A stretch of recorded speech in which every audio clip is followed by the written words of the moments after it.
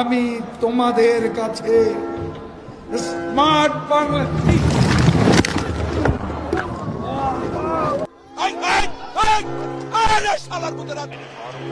ঝড় উঠুক না কেন, আমি তো ঝড় উঠাচ্ছি এখানে। ঝড় উঠুক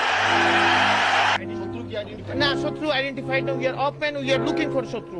যেই দেশের স্বরাষ্ট্র প্রতিমন্ত্রী শাহরুখ খানের কনসার্টে যে মাটিতে বসে, এই দেশে কি হতে পারে?